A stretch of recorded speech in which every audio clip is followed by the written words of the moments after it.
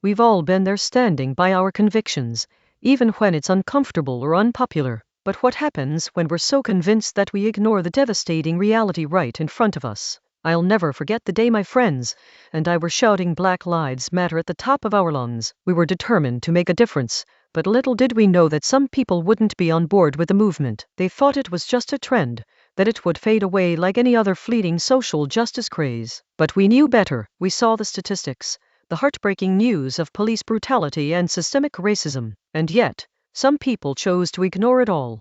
They abstained from voting, or worse, voted for the very politicians who perpetuated that same system. It was a silence that spoke volumes.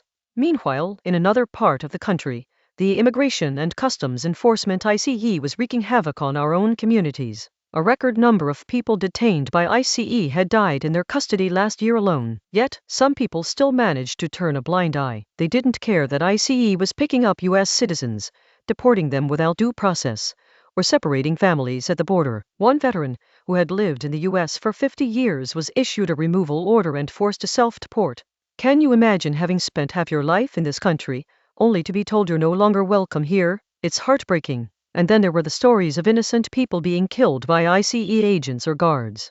Keith Porter Jr., Gerald O. Lewis Campos, their names are etched into our collective memory as tragic reminders of the horrors that ICE has unleashed upon our communities. But what really got under my skin was when some people seemed to celebrate these tragedies, thinking that the person who suffered had somehow deserved it, like Renee Good, who was murdered by an off-duty ICE agent in Minneapolis, or Alex Petty, who was killed for simply having a gun in H. What would you do in this situation?